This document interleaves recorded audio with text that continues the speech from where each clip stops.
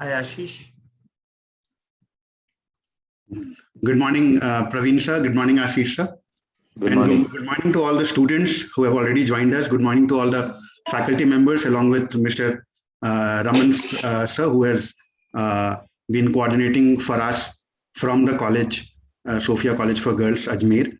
And I thank you, everyone, for joining in this morning with us. And we have with us Mr. Ashish Gupta, Pro Vice-Chancellor, JK Lakshmipat University, and Mr. Praveen Arora, Associate Professor and a Senior Member of JK Lakshmipat University. So I'll now hand over the session formally to Yuvnika ma'am, who will be taking this session forward. Thank you so much, sir. A delightful morning to one and all. On behalf of Sophia Girls College, Ajmer, it gives me an immense pleasure to welcome you all to what promises to be a very stimulating and an informative webinar for our students on implications of COVID, career and post-graduation, organized in collaboration with JK Lakshmipat University. We also would like to express our gratitude to our eminent speaker, Professor Ashish Gupta, sir, Pro Vice-Chancellor of JK Lakshmipat University. Sir has a career spanning of 3 decades across engineering, strategic consulting, higher education, and institution building. Sir has received BTech in Electrical Engineering from Indian Institute of Technology, Kanpur in 1989. After an MBA from Indian Institute of Management, Calcutta in 1994, Sir has worked with global consulting firm McKinsey and Company as a management consultant serving clients in India and Europe. Director of the McKinsey Knowledge Centers, the global research facilities of McKinsey in India and also led the establishment of McKinsey Capability Center in India, which works with senior executives to help build capabilities for transforming through experiential learning and education. Hello. From his work in education, he co-founded several startups, including a media company and more recently, a social venture called Samarth Elder Care, which works to enhance the quality of life of senior citizens in more than 110 cities in India. We welcome you, sir, and we are glad to have you with us. We also have with us Mr. Praveen Arora, Associate Professor, JK Lakshmipat University. Sir has also 25 years of experience in retail lending, microfinance, MSME financing, sales and product management, and new business setup.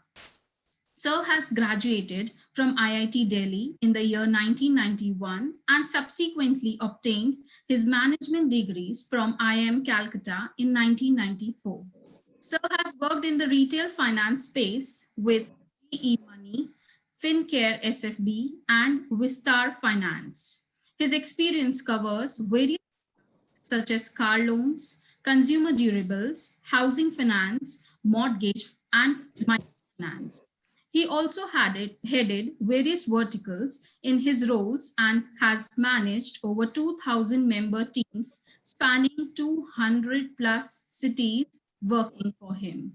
Sir teaches retail banking, fintech, insurance and security analysis at the university.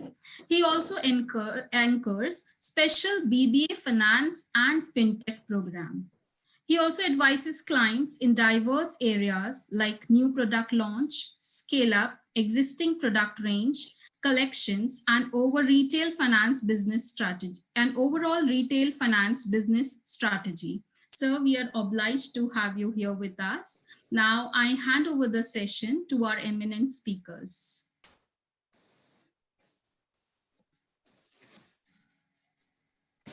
So maybe I'll take it from there. Thank you very much, Yuvnika ma'am. You've been very kind, and probably what both Praveen and I have done is not so great, and we are really thankful for having the opportunity to talk to such bright young students. I know the college has always produced excellent graduates, and to be able to share our whatever thinking with them is really a privilege for both of us. If I may ask, I know it's difficult on an online mode to sort of read everybody, but I'm sure there are some questions on students' minds, and as they are thinking about what are implications of COVID, and I'm sure different students have different priorities. Some may be thinking about jobs after they graduate. Some may be thinking about higher education after they graduate, and so on. So if it's possible, I would like, and everybody has access to chat. So if there are a few questions that are coming to your mind, just feel free to put them in the chat. I think it will help both me and Praveen respond to those as we speak. We don't want to be speaking, on something which is not relevant to you. So that will really help us, ensure that as we speak, we are responding to, thoughts and ideas and questions that are on your mind. So please start inputting. I must say that I've been over the last 30-35 years been working at the intersection of education and industry, and in some ways have therefore had the opportunity to see things from both sides. I recruit people. I mean, in the last 12 months, I may have recruited somewhere close to 50, 60 people in the different areas that I'm involved with. I am also involved with helping our own students with the career opportunities, and also very intimately involved with figuring out how education should transform, and particularly higher education should transform, keeping in mind whatever we are seeing around us.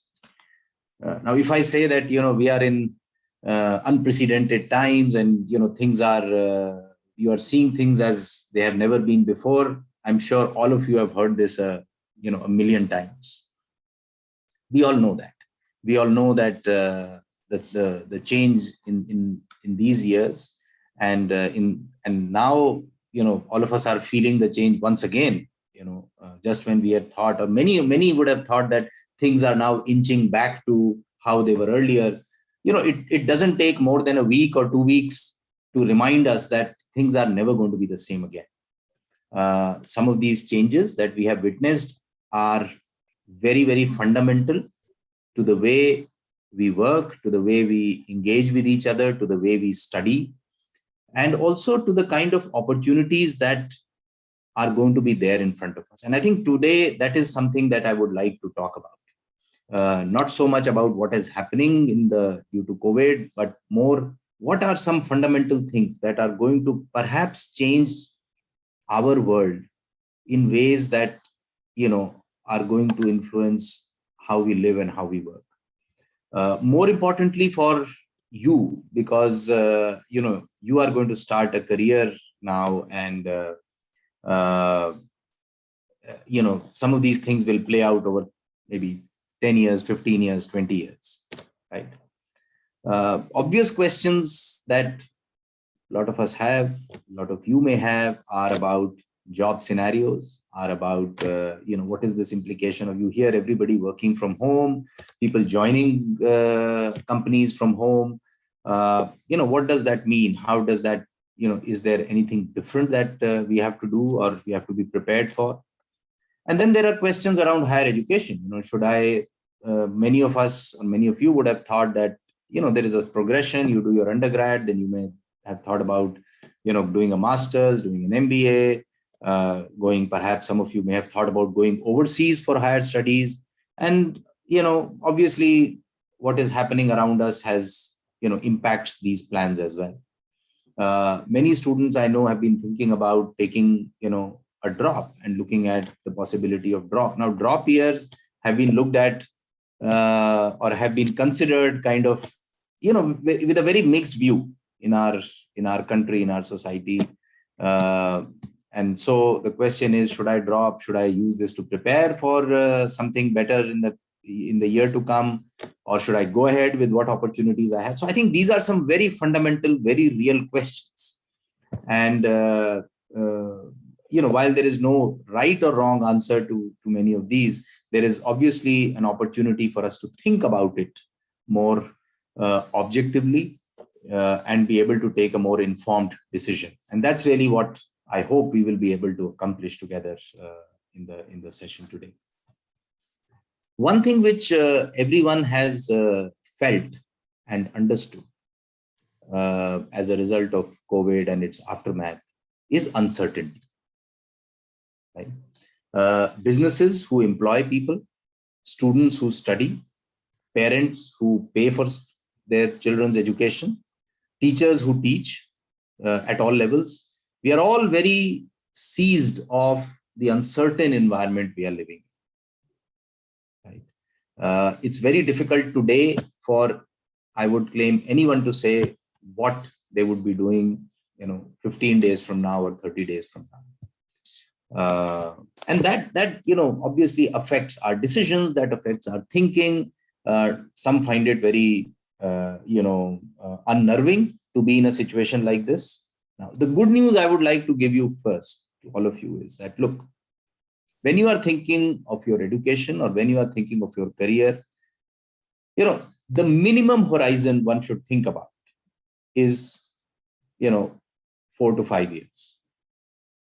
Right? Those of you who are, sort of want to think a bit more longer term, I would have said 8 to 10 years, but I know in today's time and, with the generation, thinking 8 to 10 years sometimes may seem out of place, but at least 4 to 5 years. Now, the good news is that many of these changes, while they will have fundamental, implications, and it's good to know and useful to know what those implications will be 4 to 5 years from now. What happens in, 3 months, 3 weeks, 3 days is not that material, right?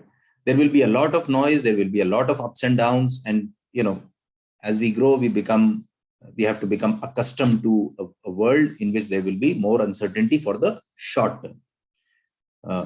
The intelligent thing to do is to have very clearly a view on how things are likely to be 4 to 5 years from now, because that is when many of you would be, coming into your own, would be moving to either your preferred careers or positions where you would be, playing leadership roles. And so it's important to not lose sight that, we are not here for a few months or for a few years, but we are talking about education and career, which has, which has a span of several decades, right? If I look back at my own career, when I graduated from IIT, I took up a job which I thought was interesting. It was more out of a whim. I became I went out and was writing software at Citigroup. Today, I don't do anything like that. Now, if at that time I would have said, look, is this the right thing to do? Not good thing to do. The reality is that it has had very little implication on what I have been doing and what I have done over 30 years. Right. So it's a little bit of thinking of it like a marathon and not like a sprint. And then suddenly, you realize that it's not, short-term certainty is not that problematic. Right. You have to think more longer term. So that's my first important message to all of you. Don't be unnerved. Don't be, buffeted by what is happening in the short term. These kind of things happen. And as we have seen, these will continue to happen. I hope not in the way that it affects lives, and livelihood, but there will be other reasons for uncertainty, right? The second thing, which is what you might be seeing and or wondering about, is about the, how is the job market? How is the scenario right now? Now, the reality is that right now scenario is tougher than what it used to be earlier. Many traditional opportunities, retail, many traditional opportunities in finance, sales and marketing, hospitality, travel, have really shrunk. Businesses are feeling the pinch in a very, very visceral way, right? You would have heard about, one of the travel companies being sold very recently, And so the companies are shutting down because they don't have business, and that also impacts, the kind of opportunities people who are coming into the employment scenario right now, young graduates will see, right? What is also interesting is that as a result of what is happening, there are some new and very interesting opportunities which are also opening up, right?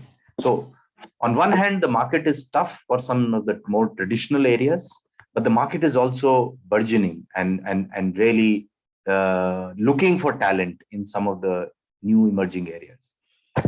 You are seeing the role logistics, supply chain is playing. You're seeing what is happening in healthcare and how it is expanding and how there are new investments going in. You may be looking at infrastructure and manufacturing, where there are new things which have to be built. There is new infrastructure which has to be built. I work closely in the infrastructure sector with railways and infrastructure companies, and there, some of the largest contracts in that area have been awarded in the last 6 months, right? And one fundamental thing which is changing across all sectors, across all verticals, is a very, very high emphasis on digitalization, on digital transformation. People using digital tools in a way that has not been done before. And that's farsight. That's thinking about how business is going to change in the future, right? So, e-commerce is an example. It's not that people have stopped consuming. People are going to consume. People are going to, use things and eat and, study and do whatever else they do. But the fulfillment has started to happen much more through the electronic channel. Now, you can expand this. This is a more obvious or a trivial example, but you can expand this across all. When I talk about finance, and Praveen probably is more qualified to talk about it, but it's not that people's financial needs have gone away. People are being paid salaries, people have to do transactions, people have to pay bills, people have to pay for utilities, people have to pay for e-commerce. So the financial sector, actually, if you look at transaction wise, if you look at usage wise, has not gotten any smaller. If anything, it has expanded. But the move has been much more towards digital. I work a lot with elderly, as was mentioned earlier. And elderly, were very, very averse to using technology, for instance.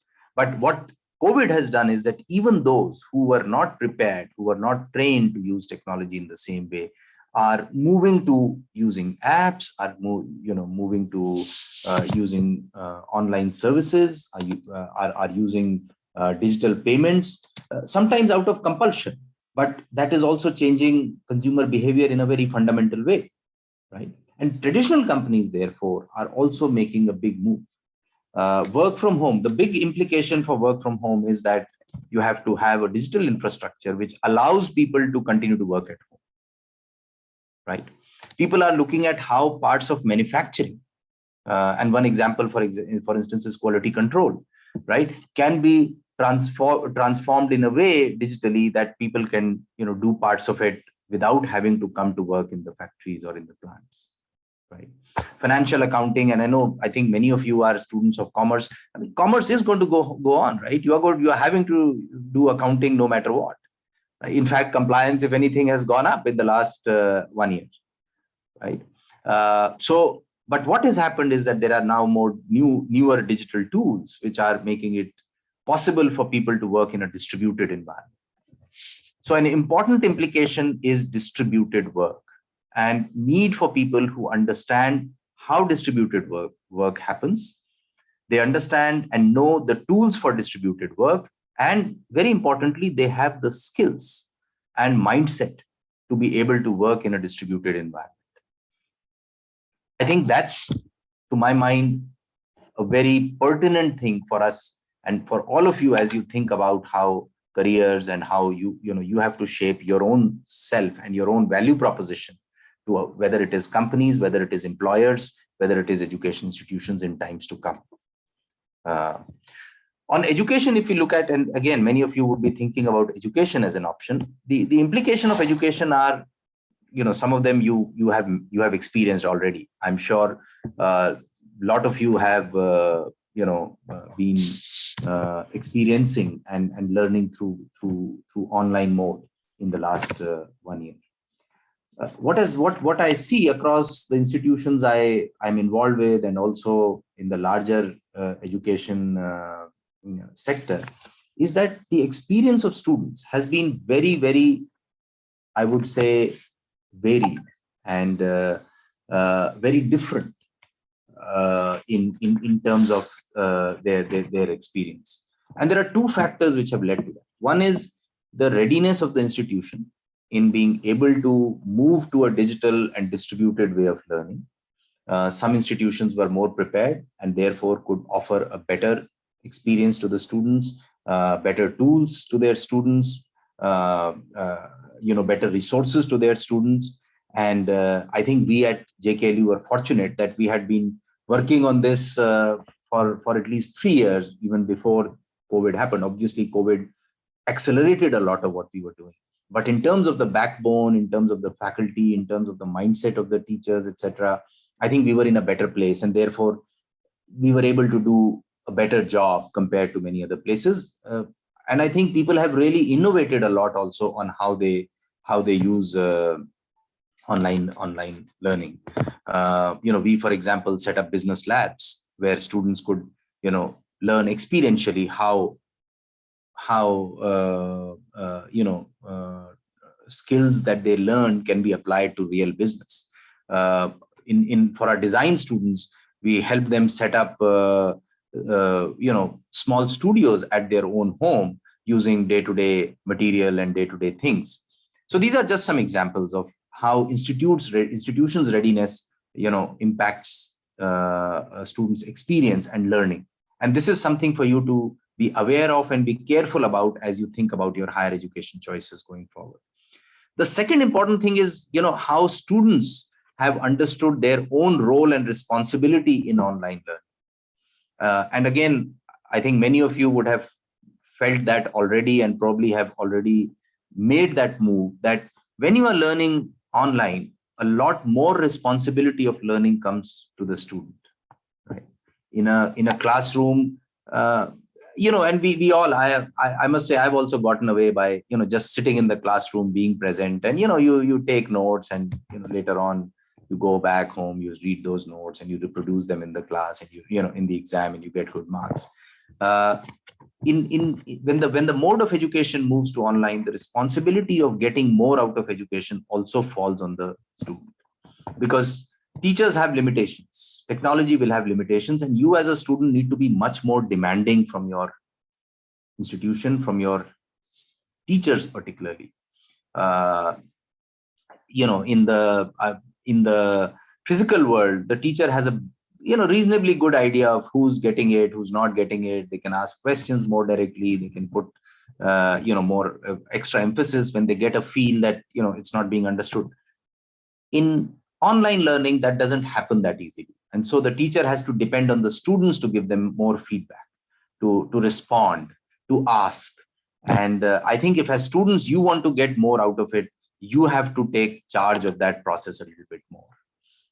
So as you choose your area or institutions for higher learning, make sure that you look at institutions which understand that and which are preparing themselves for that, and where faculty are open to being asked questions much more than otherwise. I don't know how many of you use office hours. In our university, for example, all faculty have office hours in which students can approach and can ask questions and have one-on-one discussions with them. Now, mostly I have seen in institutions, students don't use those office hours in a face-to-face scenario, right? Because they ask their questions sometimes in the class, they get their clarification in the class, sometimes they ask fellow students who have understood better, and it gets settled. Now, in online learning, the importance of office hours becomes even more. So as students, you should not hesitate. In fact, you should think of it as your right to demand more in these office hours, and use the office hours that have been offered to you much more effectively. Many teachers are trying to, offer what are called flipped classrooms, where they would give you readings and they would ask you to come to the class and engage and ask questions. Now, in traditional learning, many teachers have not done that. They would expect, and students would expect that they can come to the class unprepared, and they will, the responsibility or the onus for teaching will lie on the teacher. Here also, as a student, you can do that, but you will not perhaps get the full value of your education if you don't engage more forcefully with education, right? So those are some important two implications for higher education. And as you think about where to go, what to do in higher education, it's important to keep that in mind. So very simply, I know we have limited time, and I want to really, be able to leave more time for Praveen and for you to ask questions. But very quickly, let's talk about what should you do. What therefore are 2 or 3 things that you can do. One, as I said, be comfortable with uncertainty. Okay. The good thing about uncertainty, let me tell you a secret, is that this uncertainty is there for everyone, right? So it's a great leveler. And whether it's a student who has studied at an IIT, whether the student has studied at an IIM, whether the student has studied anywhere else, I mean, it's kind of giving a more level playing field to everyone. So be comfortable with uncertainty. Realize that the decisions you are going to take now are not short-term decisions, whether it is about your career or whether it is about your higher education. These are not impulse decisions that you can take or you should take. Ki bhai chalo abhi ye kar lete hain. Right? These are decisions which will have long-term implication, and therefore, yes, there will be uncertain times, but you are anyway worried about how things will be 10 years from now. So why should you be, so taken in by what's happening in the short term? So that's one. The second is, I'm sure all of you have heard about gigs and, the gig economy. The second implication, I think, or my advice to you is embrace gigs. Gigs allow all of us, all of you, to start engaging with work in your own way, right? My sense is that more and more work is going to move to gigs, where instead of full-time, employees doing work, the work will be distributed to these people who are doing what they do well, are doing what they want to do, and are picking and choosing that work across not one, but many organizations. That's what gig workers do, right? So some of you may be familiar with, for example, this platform called Fiverr, right? Fiverr.com. It's a global platform. A lot of people from India are also on that platform, and you can pick up work across a whole variety of things, from bookkeeping to designing to writing software to whatever is your fancy. And there are enough people who want to get work done, who are posting work and who are looking for people, looking for, sometimes experts, sometimes just committed people who can help them with these tasks, right? That is a great opportunity for students. Now, even if you are today in your second year and still have a year to go, my advice is, engage with gigs. Start picking up, start experimenting with gigs, right? Other than giving you some experience of how work will be, or a lot of work is likely to be 10 years from now, it will also help you build certain skills which are very, very important for employers today. What are they? When I hire or when I look at recruiters, I'm looking for 3-4 things. One, flexibility and adaptability. An outcome of uncertainty is that, this is not an a train or a plane on autopilot, which once you, fly, then it will keep flying. It's also not about, I give the example of, this is not playing the game of cricket where you are sitting, we are standing on the crease with a bat waiting for the ball to come. And when the ball comes, with your footwork, you will, hit it for a 6. This is about playing football, where you have to go where the ball is. You have to run behind the ball. You have to tackle and so on, right? And that requires flexibility. That requires adaptability. That requires the willingness to, throw yourself at opportunities and work that comes your way, right? It's to, most of you are too young right now to say, look, this is the only thing I want to do. My advice to you is experience as many different things as possible in the next few years, because that will help you build that adaptability. That will also help you build a portfolio of skills. Rather than one skill, it will help you build a portfolio of skills. You would have heard about managing portfolio as mitigation of risk. It's the same thing. If you have a portfolio of skills, your risk is mitigated to that extent. You can do this and this and this and that, and therefore, if there's an opportunity on any of these areas, you can go forth and you can excel.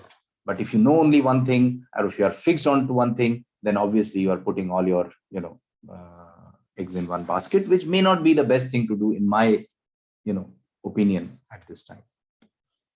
The second important skill is work ethics, or mindset is work ethics. For distributed and remote working, that is one thing which more than skill becomes important, right? And increasingly, that's what employers are looking for. That's what we as educators are helping students build.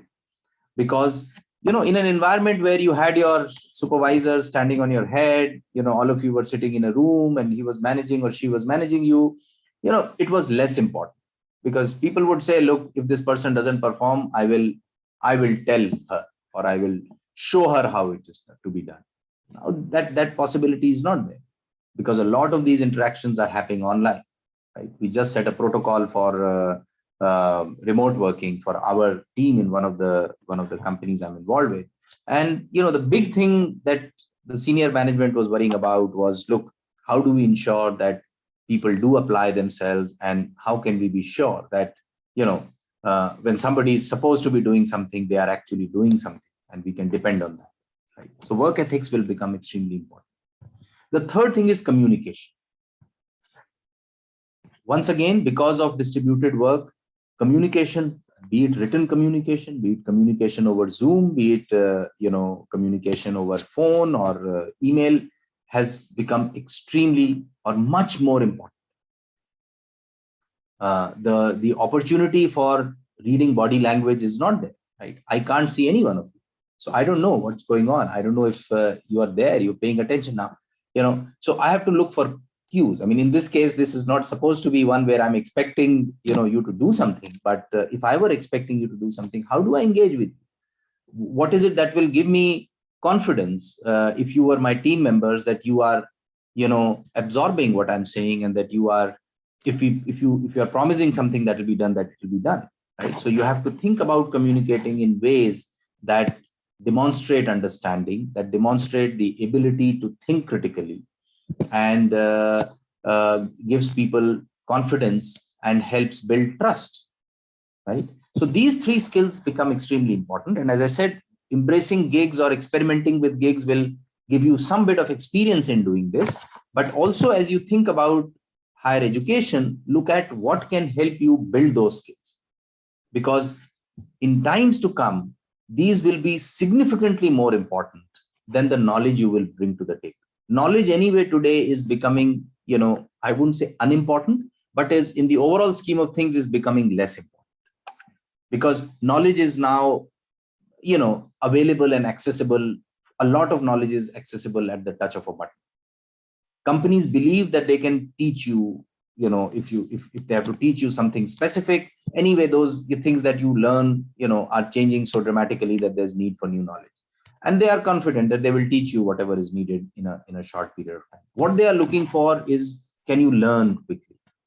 As I said, are you flexible and adaptable to learn new things which may come your way, or do new work which may come your way, right? Have you in your education understood and learned the importance of critical thinking, communication, work ethics, collaboration? And what are some practical ways that you are able to demonstrate that? Right.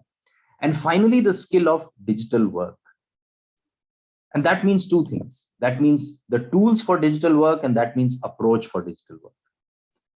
Right? You may go into an interview, and oftentimes, people will ask you, oh, so have you used Slack? And you say, oh, what is Slack? I don't know. People will look at you and say, oh, so, okay. Because that is for one of the tools that is being used a lot. Now, it's perfectly fine for somebody not to know Slack, not to have used Slack, but to know that there are tools like Slack which help productivity, and you may have used something else, and to say, look, this is what we use, and that's perfectly fine. People would expect you to be much more proficient in using Excel spreadsheets than before. People will expect you to have an awareness about tools like CRM, tools like Salesforce, right? So you may have studied sales, or you may have studied how sales and marketing happens, but you can be much more, what should I say? Your attractiveness to an employer will be much more if you can also back it up with the knowledge of certain tools that you have, or awareness of certain tools that you have, right? You may have studied commerce, you may have studied accounting, but are you familiar with, or how ERP works? Now, again, nobody will expect you to be an expert in SAP or an expert in Oracle, or know Tally inside out. But the fact that that there are tools, and here is how tools work. So as you think about your higher education options as well, think about what will make you more familiar and comfortable with these 4 or 5 things that will position you much better, that will not only help you get a job, but be successful in this in the long term, and prepare you for at least the next 5 to 7 years of work. So I'll stop here. I think I have gone on for a long time, but I hope it has given you some ideas and some food for thought from someone who's been seeing education and professions evolve over time, and particularly evolve very quickly under the influence of COVID. But I must tell you once again that this is not about COVID. This is about how world of work was anyway going to go over time. What COVID may have done is accelerated that move. And so it's an opportunity for those of us who are ready to take the plunge, to invest in ourselves, to be more prepared and better prepared for this world of work as it will be 7, 8 years from now. So I'll stop here. Over to you, Harsh. Thank you, sir. I'm sure these piece of advices and information which you shared will be very, very valuable for all of us, and especially the students who are listening to us. Now I'll request Praveen sir to share his thought on the topic so that student can take some more out of this session. Thanks, Harsh. Ashish has practically covered a whole host of things. I want to share a couple of points that I believe the students who are young have learned. What has happened in the last 15 years, a lot of students have walked away and got engaged in digital platforms and social networks, and have been cut off from family emotionally, getting more involved in the digital platform. What COVID has really taught is the power of empathy, is the power of relationship, it is the power of bonding, which always existed in human life, was going down a little in this generation. What COVID's really taught is how important relationships are, how important families are, how do families support each other. Now, as you go out and work in the future, remember your co-workers are your family. Your co-workers become your family in a semi form of way. So relationship management is going to be an extremely important parameter for you. You may be a gig worker, you may work independently 4 hours a day, 8 hours a day, 3 days a week. But remember that people you work with, associate with them, build relationship with them, empathize with them. The empathy or the relationship or knowing what the others are going through in your network and supporting them becomes a very important parameter. That's a life skill, the life skill that also pays you off professionally. Trust me, in the last 1 year, we as friends have come closer than we were ever before. The Zoom meetings have allowed us friends to talk more often, be more connected with each other than we were ever before. Even 25 years out of college, 30 years out of college, we've come closer because of the COVID environment. So continue to build relationships, continue to work closely with co-workers. Relationships are for life. You are all young in your early 20s. Some of these relationships will be there with you for next 50 years, 70 years as life expectancy goes up. The second small thing, and I don't want to take too much time, is what is very important is not just the digital tools, but the whole context of what is the relevance of the digital tool. And what we try and work on is essentially when we work with our students, or when I go and talk to anybody, or when I mentor anybody, I try and share the bigger picture with all of them, because digital is one part, but is physical going away? I can order food, but there is somebody in coming on his motorcycle and delivering food to you. There is somebody who's cooking the food for you. We still haven't got a robo who cooks the food for you. There's still somebody who's cooking the food. There is still somebody who's delivering food. You order online, things come to you. Somebody is coming and delivering something to you. Now, as managers, trust me, some of you will be managing these sectors. As you work with banks, as banks become more and more digital, however, the relationship, as I spoke about the relationship, we will have relationships with the machine, but the human relationships will not go away. So some of you will manage those relationships in the banking sector. Some of you will manage relationships in the digital world, in the business to business sector, as manufacturing, sales, services, uh, pharmaceutical, the online platform. It is important to have the larger picture as to where digital tools are important, what digital tools are important, and how can you leverage them for the betterment of your life as well as life of the customer. And the last piece that I would really want to add is, and that mantra I have learned from one of the gurus, G Guru, uh, Jack Welch, and he says, customer first. At the end of the day, work for your customer. Your employer, the person who pays your salary, is also your customer. The person who buys your products is also a customer. So customer first. However, satisfy customers' need profitably, which means that I will do anything that is needed to do for the customer, but I will not lose money in the process. I will not lose my sleep and happiness in the process. So important factor is balance. Customer comes first. However, a balance has to be maintained in your life.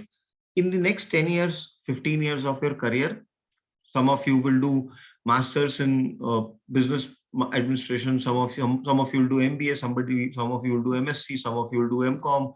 Some of you will do chartered accountancy, company secretary. There are multiple options, career options available to you. However, in those multiple career options available to you, you will work very, very hard over the next 15 years. And it's important that you work very hard in the first 15 years, 10 years of your life as you build your career. But remember, strike the balance. Customers first, employers first, but you and your family also comes first at the same time. That's about what I have to add, Harsh. I don't want to take too much time. We have 15 minutes. Why don't we open ourselves to questions? And trust me, at JK Lakshmipat University, in our programs, we teach all the values that Ashish and I have spoken about. Be it our masters in public policy, be it our MBA. We have great focus on critical thinking. We have great focus on communication. We have great focus on entrepreneurship. We have great focus on digital tools. So we, as a college, not only talk about it, but we deliver this to our students who come along the way. And that's the reason we are very passionate about these values. Both Ashish and I are very passionate about these values. So over to you, Harsh, and happy to answer questions now. Yuvnika ma'am, happy to answer questions from the students. Yes, sir. Girls, if you have any query, you can type it in the chat box. Thank you, Praveen sir, for sharing your thoughts on this.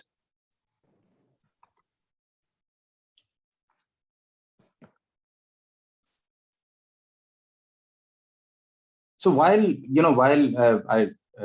these questions are so good, I'm seeing some questions coming. I think my sense is many may have been thinking about doing a master's either in finance or master's in an MBA or a master's in management, which I think is a robust choice from a just from a career and education perspective, again, for the reason that it's a very flexible and versatile education. So an MBA, the reason why MBA continues to be valued is because of its versatility and its the fact that it allows one to be adaptable, etc. Another area which is becoming quite interesting is public policy, because increasingly people are realizing that, and businesses and organizations are realizing the important role policy plays in business as well. So traditionally, public policy was something that was largely thought of as a government related domain or development sector, etc. But today, if you see, most big businesses are very, very highly impacted by policy, and they realize that the role that they can play and they need to play in informing policy and ensuring that policy making is more data driven. So those are a couple of areas that one should think of. There's a lot of talk about analytics and data science. Obviously, now it is obvious that not everybody is going to become a data scientist, and nor does the world need so many data scientists. But analytics and understanding data, understanding mathematics, and being able to apply that, and at least knowing what are the implications of whether it is AI, whether it is analytics, whether it is automation on business, I think is a good and useful thing for anybody who's looking to get into new careers. So that's something I would just leave on the table.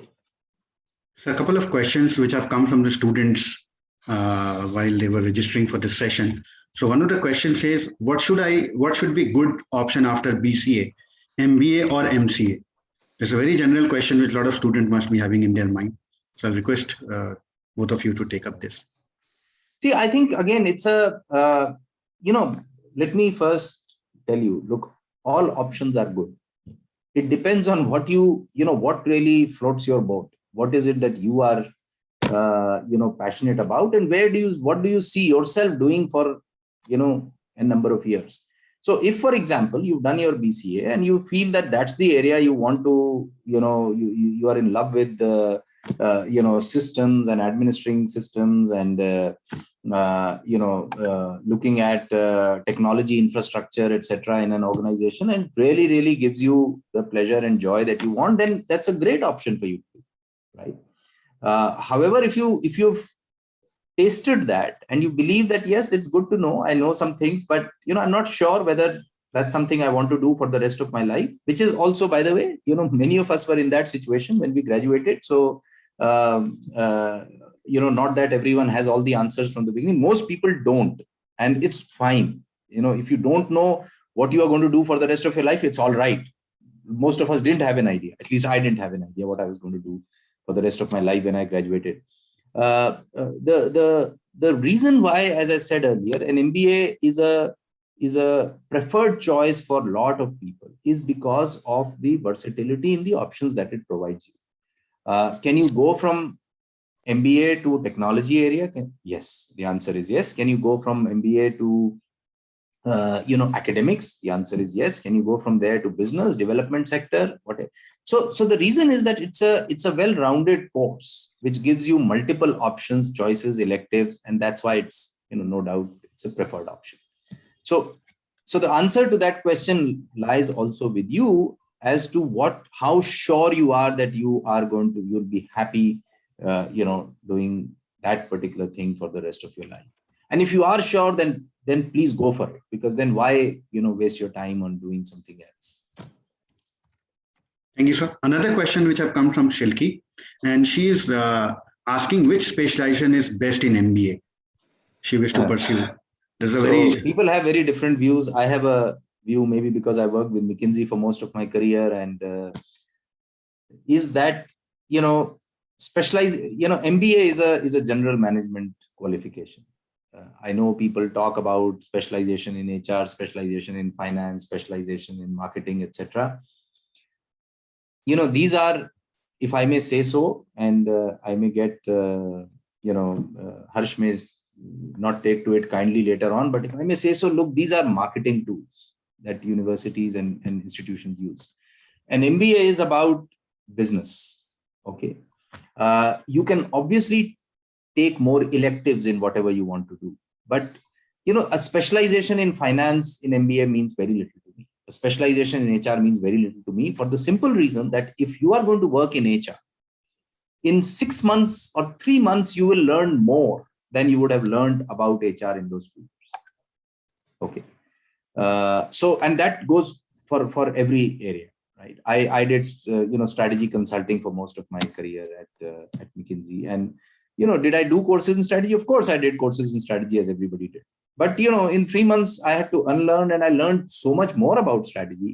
And so depending on where you go, what the business of that organization is, you will know enough and more in a very short period of time. MBA is an opportunity to get breadth, right? You may learn more about some areas that interest you. So think about it like a tea. An MBA is like a tea. It should give you breadth and perspective about different areas.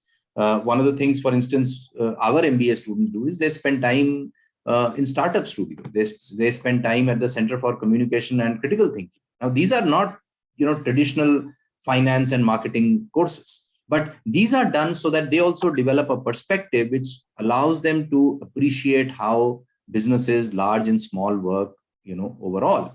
They also do marketing, they also do finance, they also do strategy, they also do operations, they also do organization. And all of these, in the second year, people, some of them really get excited about operations. Some of them get really excited about finance and portfolio management and stock market. And so they take more electives there, right? So it's a buffet. Think about it like a buffet from which you can choose what you really like and treat it like that. Don't go in there saying, "Mujhe to yahi khana hai, mujhe to yahi lena hai." That will be a lost opportunity, I think. A good MBA program will allow you flexibility to eat and choose what you want. Thank you, sir. So I have another I think question. there's a question about startup. Somebody says, "I want to start my startup after graduation and doing a master's." Look, for startup, there's no right time. Okay, we realize that. In fact, one of the reasons we've made our MBA modular is that, and now the new education policy also, has inspired institutions to offer multiple exit points. But we started this 2 years ago, where we said, look, if there is a student who in 6 months has found her vocation, has found her area that she wants to work with, she should be able to exit with a certification, right? And she may come back later on to complete her MBA, but just completing an MBA should not be a reason for her to or him to stop doing what she has found to be her passion, right? So one option for you is to look at programs which allow you to do that. So you at least, no matter what startup you do, you need the basics. You need to know enough about, at least a little bit about, how to sell, how to market, how to produce, how to ensure that you can do it cost effectively with profitability, etc. How to think about valuation, how to think about getting investment. And for that, education helps. Okay, I won't say it's necessary, but it certainly helps. It gives you perspective. Very importantly, it also gives you networks. Okay, one of the things I gained the most in my MBA, frankly, beyond the education, was networks. I mean, today, any industry, any sector, I'm able to pick up the phone and talk to people who are now, reasonably senior because we studied together for 2 years. So knowing more people in your cohort, who have gone on to do different things is another big advantage of, doing a master's. So those are some of the things. But again, as I said, if your program also, like you, allows you flexibility, then that's the best of both worlds. So it doesn't necessarily have to cost 2 years. That's what I'm saying. Thank you, sir. Another question which have come to us. So the student is asking, sir, what's your take on the view that in a few decades, AI is going to replace humans in fields like banking and healthcare and make humans redundant? Can I take that, Ashish? Yeah, please go ahead. So we just had the festival in our college, which we had the online 48-hour Fest Celestial 2021, where AI replacing human being was a point topic for debate. My answer is very, very simple. A machine learning algorithm or an artificial intelligence is a tool to support human decision making. It is not a tool to replace human decision making. So let me begin with simple answer. A artificial intelligence tool can read X-rays better, good. However, a artificial intelligence tool supported by an excellent radiologist, the diagnostic efficiency is far, far higher than radiologist alone or artificial intelligence tool alone. So AI tool coupled with the radiologist can identify diseases in X-rays and CT scans far faster than an artificial intelligence tool alone. When it comes to banking, when I have to give loans to customers, artificial intelligence tool will tell me that, sir, this is falling into a bracket of 60 to 80% good.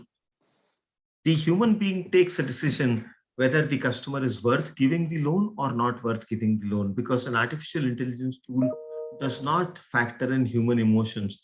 Artificial intelligence tool does not factor in the variability in the environment. When it comes to the variability in the environment, there are so many variables in life that I cannot teach a computer about everything in life. We as human beings learn those variables in 20 years of our banking career. In 20 years of our banking career, we would have seen so many scenarios, so many eventualities that computer cannot learn. The same with the radiologist. A radiologist in 15 years has seen so many x-rays and diagnosis. Not every X-ray and diagnosis can be taught to an artificial intelligence tool. So one, AI and ML is not going to replace humans. However, as humans now, we need to learn with AI and ML. And as humans now, we need to learn the tools of artificial intelligence and machine learning. We need to embrace them. We need to learn with them. We need to know how to use them. And we also need to know how not to use them. If an artificial intelligence tool is saying nothing is wrong with this, sorry, there could be something wrong with that person, or there could be something wrong with that decision. And that is where human intelligence comes in. So we need to learn to work with AI and ML. They are never going to replace human beings. Trust me, our brain has far, far, far more neurons than I can ever put in a computer. Even with cloud computing, even with supercomputers, even one computer cannot replace a single human brain. Fine, I can beat chess. So one computer program can beat Gary Karpov in chess. One computer program can do, let's say IBM Watson can do cancer in white humans in America of a specific type. But can a computer play chess and talk cancer and talk about music and talk about financial engineering at the same time? No, but a human brain can. A human brain is capable of taking multiple complex decisions in life all at the same time. So embrace AI and ML. It's not going to replace human beings. Yeah. I think just to add, I think the implication for all of you is that the sophistication of what human beings will be required to do will go up. Okay. We see this in engineering. Okay. I'll give you an example of what earlier there were people being hired, engineers were being hired to do a bunch of things and lots of jobs. Suddenly, there was robotic process automation, which took away a lot of those jobs because the routine jobs were now more easily being done by robots and machines. It's the same as happened in manufacturing. And therefore, the ask on every program that you join and you as a student keeps going up. So what an MBA could get away by doing, 10 years ago in finance, बैठ के और customer से बात करनी थी बस वो वहां पे you needed an intelligent person to do that. Now a lot of that is going away. So what you will be required to do in the same function in the same sector will be of a higher order, and that's why in some ways the need for higher education also has gone up, because the skills which were adequate to get a high paying or a consistent career over time are not enough anymore. You have to bring something more as a human to these jobs. Thank you, sir. I think we are running out of time. So in the interest of time, I'll take one last question which came from Yuvanika ma'am, and she's asking on students' behalf, what points to look for to choose a B school? And that's I think there are enough cues in whatever we have said. I think at least my view is that, you have to look at, given the So one thing which we are all seeing is change, right? So one thing you should look at is a B school program which is changing and which is evolving. Okay, that is a one sure shot test, I would say, to say, look, am I getting into something which is more for the future, or am I getting into something which is a residue of the past or a vestige of the past? Because if people don't realize that, this is a fundamental change in how work will be, 4 years, 10 years from now, then frankly, that's missing the point. That's missing a big point. So that's one thing. How dynamic I'm asking students to be flexible. You have to ask how flexible the program is. What kind of degrees of freedom does it allow me? What kind of innovation is it bringing in? So that I think is there. The second thing to look at is always in any education institution, and so far you've chosen well, you've come to a great institution to do your undergraduate, is the quality of faculty. It's eventually the faculty which make a difference, right? So if you're looking at a business school, the business school needs to have a combination of academics and, practitioners. Look at what is behind the huge success of ISB. Okay, in a very short period of time, it came up there. And, I was involved with ISB in its initial years. And I can tell you that the big thing was focus on getting right academics, right practitioners in there, right? Because people have to know the world that they are preparing you for, right? So in medical, you can't learn from a book how to do a surgery. A surgeon who has done that can probably guide you better, right? Who has done this day in, day out and continues to do this day in, day out. So I think those are two very, very broad, but I think, confirmatory tests that you can do on a program. Okay. So it's already past 12 and I'll run a small video for students to have a look at the campus of JK Lakshmipat University. So allow me a couple of minutes and see this video. Sure. Thank you very much. Thanks everyone. Thank you, ma'am. Thank you so much, sir. Thank you. And there are a couple of questions that I see on the chat box. I'm answering those questions from the chat box that we've not covered. So you can look at the chat box for the answers that we've not able to do. Thank you, sir. So I'm playing the video now.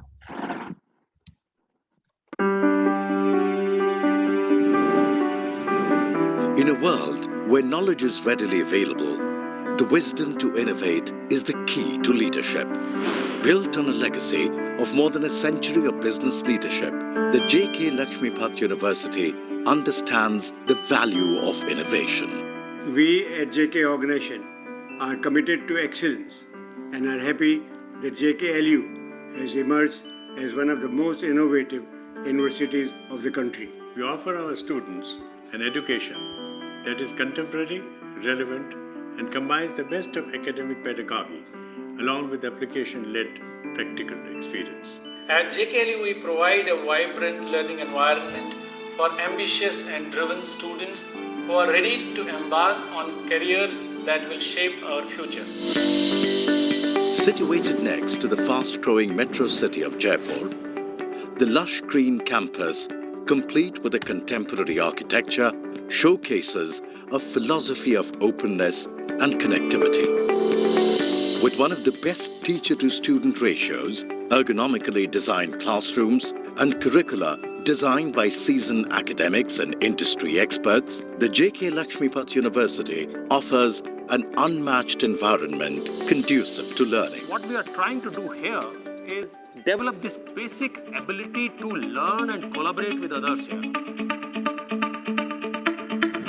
Coming from an industrial background, the university has built strong industry collaborations. This allows it to balance its robust academic temper with the actual on-ground industrial demands. The university offers numerous courses designed by its seasoned academics in close consultation with industry experts through its 3 institutes. The Institute of Engineering and Technology is fast emerging as a hub of excellence with numerous research projects in the technologies of the future. The institute offers a large number of combinations and options for multidisciplinary majors, minors and concentrations in computer science and engineering, mechanical engineering, electrical and electronics engineering and civil engineering. The Institute of Management is home to JK Lakshmipat University's flagship course, the Pinnacle Mba. The course is India's first multidisciplinary and experiential learning-focused MBA designed to help students become creative problem solvers. We try to ensure that students are not just job ready and future ready, but also that they can navigate through life. The Institute of Design at the university prepares the students to become original, imaginative and resourceful designers by exposing them to multifarious disciplines like technology, business, people, society and culture. We've created a new paradigm in design education, one that is collaborative in nature and integrative in process. The JK Lakshmipat University benefits from strong academic collaborations with some of the best universities from around the world. These include collaborations with the Alumnus College of Engineering for project-based learning, the University of Massachusetts Amherst for a master's program, the Emory University for C Learning, and the University of Florida for its computer science program. While these international collaborations allow the students to develop a global outlook, JKLU's exchange programs with the best Indian institutes help them look at alternative approaches to problem solving. Recently, 7 students from the JK Lakshmipat University were selected to pursue a semester at IIT Gandhinagar. What is unique about JKLU is our commitment to bring to our students. This means unprecedented opportunities for every student to learn and grow into his or her best in these crucial years. The JK Lakshmipat University regularly hosts distinguished visitors who are a constant source of inspiration to the students. Interaction with these students, not only they get their questions clarified by these experts, but they also get inspired. Innovative to the core, the JK Lakshmipat University is home to 5 centers of academic excellence, offering the best of multidisciplinary lessons. The Atal Incubation Center, the Center for Data Sciences, the Center for Operations Excellence, the Center for Communication and Critical Thinking, and the Center for Entrepreneurship and Innovation.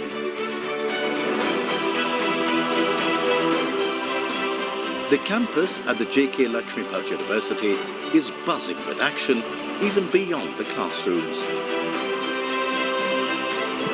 The packed student calendar ensures such an abundance of sports and cultural programs that the campus is always in a state of euphoria. With so much action happening in and around the campus, there is little wonder that the university is fast emerging as one of the most sought-after campuses in this part of the world. JK Lakshmipat University. Jnanam Amritam.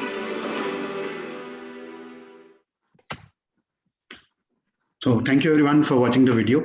Now one last request which have come from Raman Tiwari sir, who is a placement coordinator with Sophia College for Girls, to throw some quick lights on MBA from JK Lakshmipat University, what we offer and how we offer, before I hand over the session to Raman sir for closing. Ash, would you like me to answer it? Please, sir. So what we've always believed in experiential learning. And hence a large part of our faculty is people with industry experience. I have few years of industry experience behind me before I decided to say I need to spend more time mentoring students. I have many friends as faculty who have industry experience. Some of it is captured in our website. Jishnu, who's also REC Calicut, which is now an IIT. I am Debraj. We've got multiple people. We've got Rajesh Mandayam, who's worked with Oracle for about 25 years, teaching us digital marketing. So you have multiple faculty who teaches from their own personal experience. So we're not going to talk about theory. Ashish himself has huge strategy experience. So we're not going to talk about theory. We add our personal wins and losses in that theory. We share our experiences on what has gone wrong or what has gone right in our life when we've been faced with a specific type of situation. The second thing that we've always believed in, getting you job ready and the corporate ready. So we spend a lot of time teaching about digital tools to our student.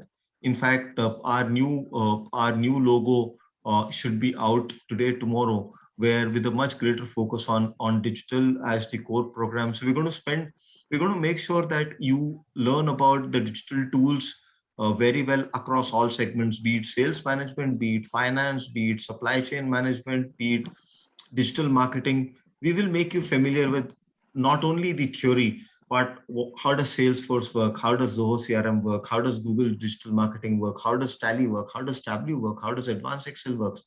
So that when you go out, and so many more. Raman sir, I mean, there are a whole list of tools that we will cover in the 2 year in the program, and that's something that we want to make sure that when you go out to the corporate world, you shouldn't suddenly feel out of place कि यार ये तो पढ़ा ही नहीं हमने कभी, हम पता ही नहीं है इसको कैसे यूज करना है. The third, which is very important aspect of our program, is the focus on critical thinking and communications. We believe a business administration, whether it is an HR or any function, even in back office, needs to have the global environment, needs to have the global perspective, needs to be able to communicate properly, and needs to learn how to solve business problems. And that is where critical thinking comes in. So we have a full pack of 6 courses that every student goes through on critical thinking and communications. We believe it is the skill of the next generation. It's the skill needed in business over the next 20 years. As you talk about mixing digital, physical, face-to-face, Zoom meetings, there are so many more different environments that our students are going to face in the world out there, that we believe these skills are very important for them to learn to be successful in their career. So faculty that is industry ready, courses that are comprehensive and teach what the businesses actually need, and focus on overall personality development. And then obviously business labs there. I'm a business labs there for live experience. We have an incubation center for your startup experience. And we have a 32-acre campus with hostels, which are both air conditioned and non-air conditioned, sports facilities. So we come to you with an overall package. Thank you, sir. So now I'll request Raman sir to share his thoughts and to end the session formally for all of us. I would like to thank our distinguished speakers, Sir Ashish Gupta and Praveen Arora, sir, for sharing their important views and information on higher education and digitalization, and making this webinar very meaningful and interesting for students as well as for member. I had also expressed my gratitude to Harsh Ranjan sir for giving us such opportunity to conduct this webinar. And I would also like to thank our participants and student and staff members for making this webinar effective. And at last, I thanks to all and one present here. Thank you, sir. Thanks, sir.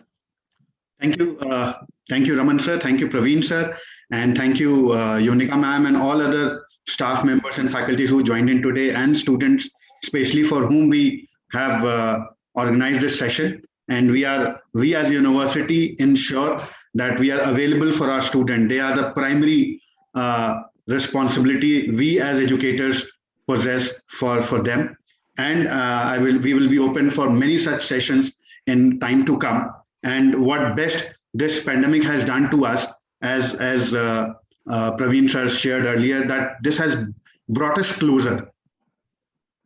And rather than taking us far, it has brought us closer. Just on a click of button, we can. It was available earlier also. We all knew Zoom was there. We all knew Skype was there. We knew video calling facility was there. But still, we were not using it to the optimum. Now we are using it to optimum for good.